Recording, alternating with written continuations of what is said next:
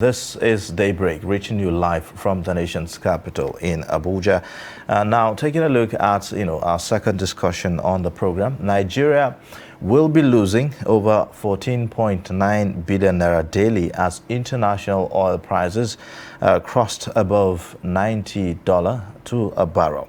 A Reuters report revealed that an increase in crude price is triggered by potential sanctions on Russia over Ukraine invasion. However, the rise in oil price is a big missed opportunity for Nigeria, with the 10th best oil reserves in the world, as it continues to struggle to meet monthly oil production cuts. We have in the studio energy analyst Bashirun Aderoju to give us perspectives on this. Good morning. Welcome to Daybreak. Good morning, Daybreak. How you guys doing? Well, we're doing great. Yeah. All right, well, beginning, first of all, with a reaction to the reversal of the federal government to remove, to suspend the removal of fuel subsidy.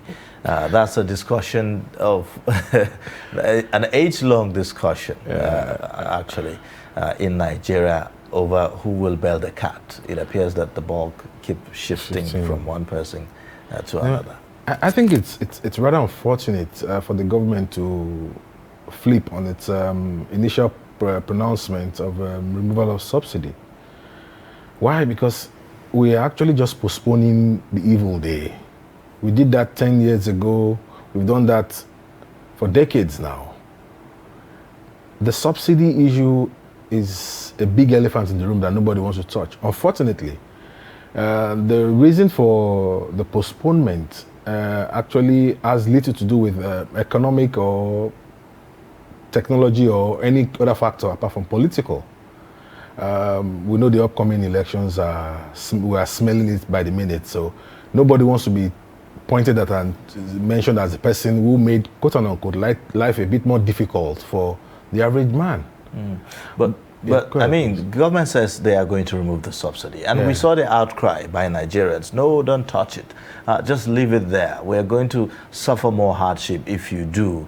But now that government have reversed that decision, again, Nigerians are castigating the government. No, really?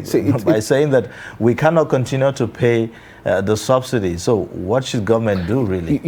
A point to note is, a few days ago, I think I was reading one of the daily reports or something, and the Senate and the federal government, the legislative arm and the executive arm of government, actually came out to cast aspersions, to cast doubts on the figure of consumption daily, which is what we premise our subsidy payments on. Do you understand what I'm saying?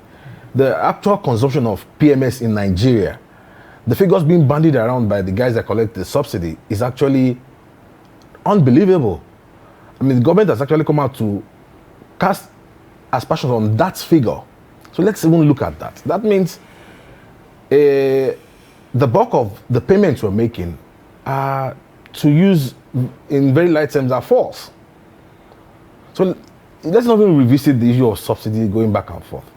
It pays a few people for subsidy to keep getting paid in Nigeria. The majority of Nigerians do not, long-term, mid-term, will not benefit from subsidy payments.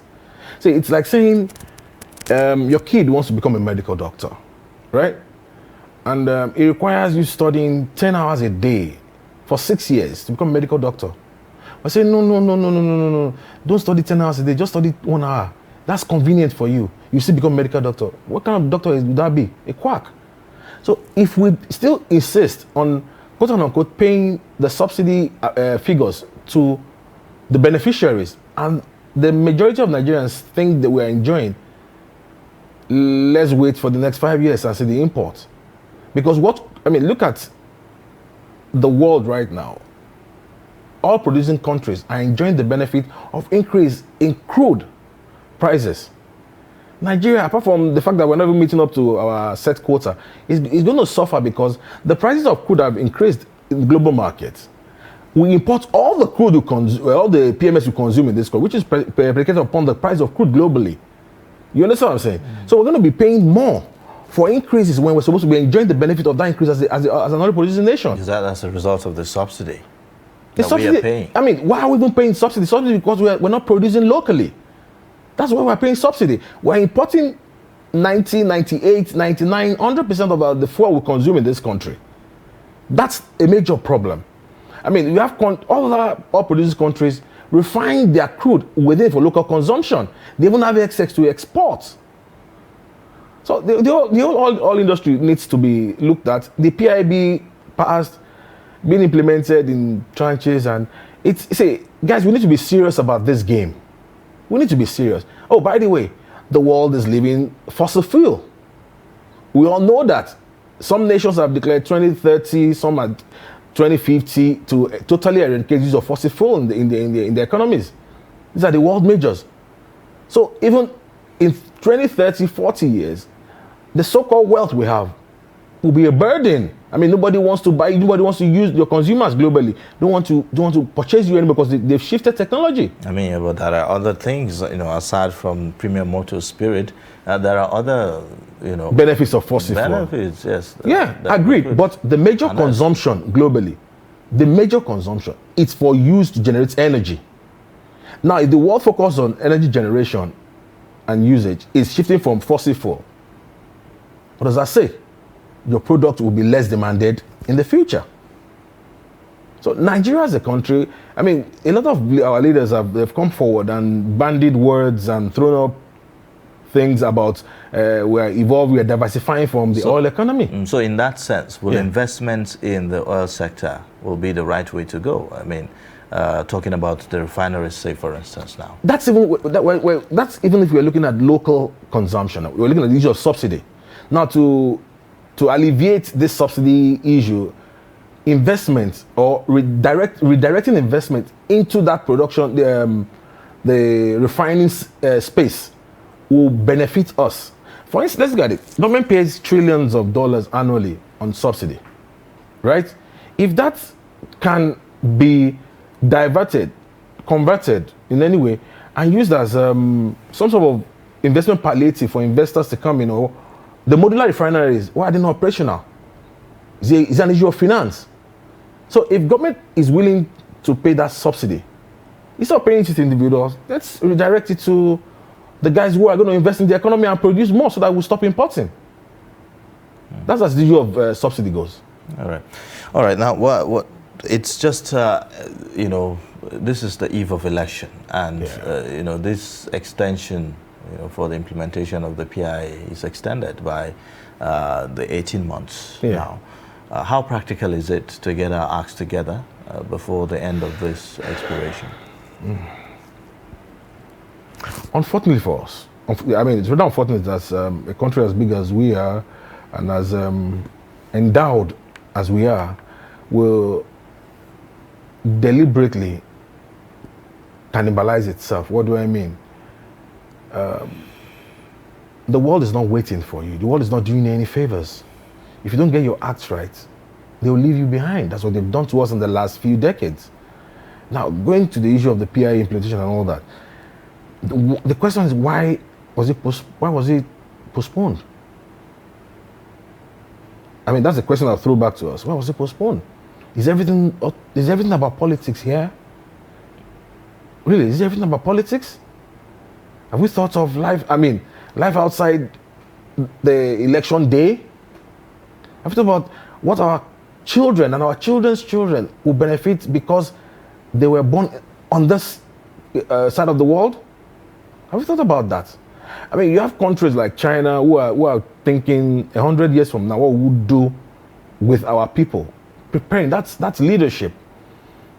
Sentimental politics need not get into it. Unfortunately, that's the bane of our country right now. Everything we tend to want to do is looked through the lenses of politics. So if politically, quote unquote, doesn't pay whoever is in charge, let's make it suit us. It's unfortunate. I'm really sorry about it. But if we want to be serious, let's deal with this thing as it ought to be dealt with. It took us decades for the PIA to be passed in whatever state it was passed. Okay, now, how best can Nigeria take advantage of this, boom era, or should I say semi-boom era of, the oil prices, the global oil prices right now, with what we have on ground. On ground. We're even in a very peculiar situation. Now, our national optimum production capacity is about 2.5 million barrels. Optimum. That's the max we can produce as with all our reserves and all the resources we have. I can't remember what the budget of 2022 was predicated upon, but I know it was at $62 per barrel for about between 1.8 and 2 million barrels per day. Yes, $62 per barrel. As I speak with you, Nigeria's production capacity daily is below even the OPEC quota allocated to us, which was $1.61 million barrels per day. Nigeria is producing between 1.4 and 1.45 million barrels per day. Now, the OPEC quota is a safe ground for OPEC to operate. Most countries use that as a benchmark and produce more. You understand? But we are not producing up to what is allocated to us. I mean, as way back August, September last year, we were doing 1.3 million barrels. So even with the $62 per barrel price that we have pegged our national budget at, there's a deficit of about 300,000 barrels per day that we're not meeting up so that we can meet our budget expectations. Mm-hmm. Now the price has gone up by $28 to about $91. That loss can still be contained because our production capacity is still below par. So it's a lose-lose for our station. We are losing in income generation. We are losing because we have to pay subsidy to the imported fuel. So I sincerely, I don't know, but as I say, maybe God will help us.